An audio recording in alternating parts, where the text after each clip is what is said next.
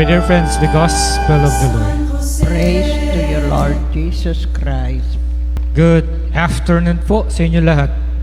Good afternoon, Father. Pakibati naman ang inyong katabi. Pakisabi, good afternoon.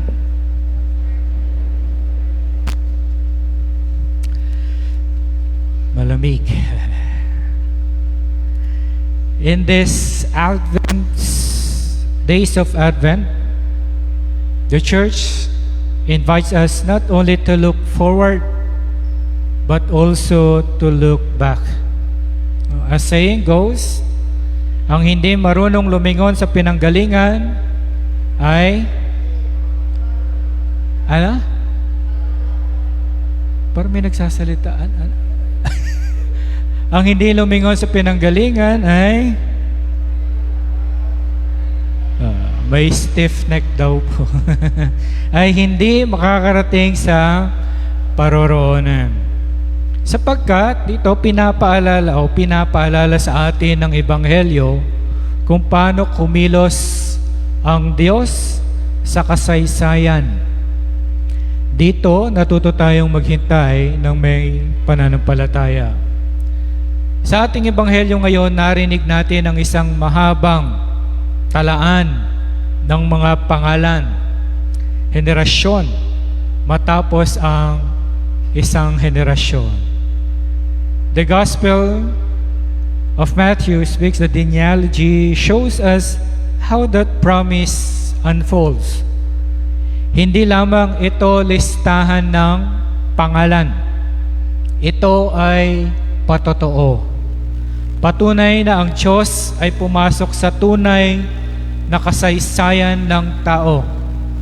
Ang buhay ng Panginoon dito sa ating mundo noon ay hindi kathang-isip lamang. Hindi po ito isang alamat. Sa kanyang angkan, magkakasama rito ang mga banal at mga makasalanan.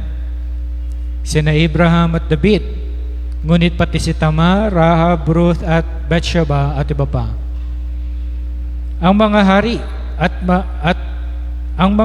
at mga ipinatapon, may katapatan, may mga pagkukulang. Lahat sila ay bahagi ng kasaysayan na humantong kay Hesukristo.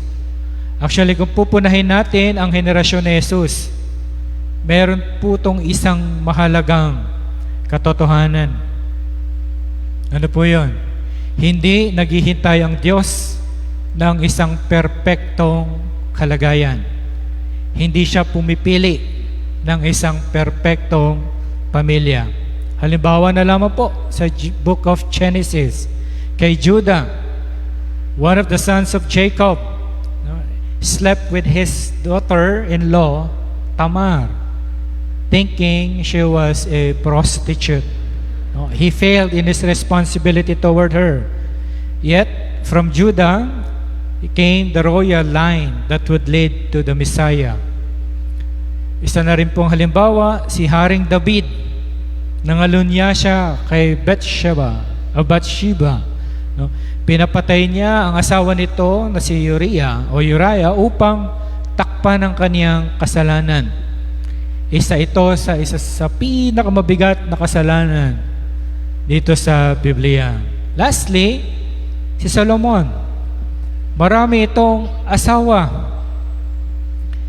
Niligaw sa pagsamba sa mga Diyos-Diyosan dahil sa impluwensya ng kanyang mga asawa. Actually, marami pang iba. Ngunit tulad ni David at ang iba ay nagsisi ng buong puso. Patunay lamang na hindi perpekto ang pinili ng Diyos. Ngunit, ang taong marunong magsisi ay kanyang pinapatawad. Ang ating Panginoon sa pamamagitan ng mga taong marupok. Tanungin mo nga yung katabi mo, marupok ka ba? Mga taong marupok at makasalanan ay pinagpapala niya sa paraang hindi natin inaasahan. Kaya tayong naririto po ngayon sa loob ng simbahang ito mga makasalanan na handang magpakabanal at pinipili ang Diyos na higit sa lahat, ay pinili rin tayo ng Diyos, hindi para kutsaan, kundi para yakapin at pagpalain. Kaya pakisabi sa katabi mo, pinagpapala ka ng Diyos. Palakpakan naman natin ang ating Panginoong Jesus. Salvation history is not a straight, clean line. It is a long, patient journey guided by grace. Dahil dito manggagaling ang tunay na pag-asa. Ang sarili nating buhay na puno ng sugat, pagkabigo, pagkaantala, ay hindi hadlang para maramdaman natin ang Diyos. Kadalasan, ito pa nga ang mismong lugar kung saan dumarating ang ating Panginoong Jesus. When the second person of the Trinity, which is Jesus Christ, enters human history by being born in a human family kay Maria at Joseph, ipinakita ng Diyos kung paano siya magmahal. Sa pamamagitan ng pakikipag-ugnayan at pakikipag-usap sa buhay bilang isang tao, ang Diyos ay hindi nanatiling malayo o malayo. Sa halip, nakipamuhay siya sa atin. This is not only the heart of the incarnation, it is also the heart of the gospel. God's love is communicated not from afar, but from within our story. This is why the church understands evangelization not as domination, but as dialogue.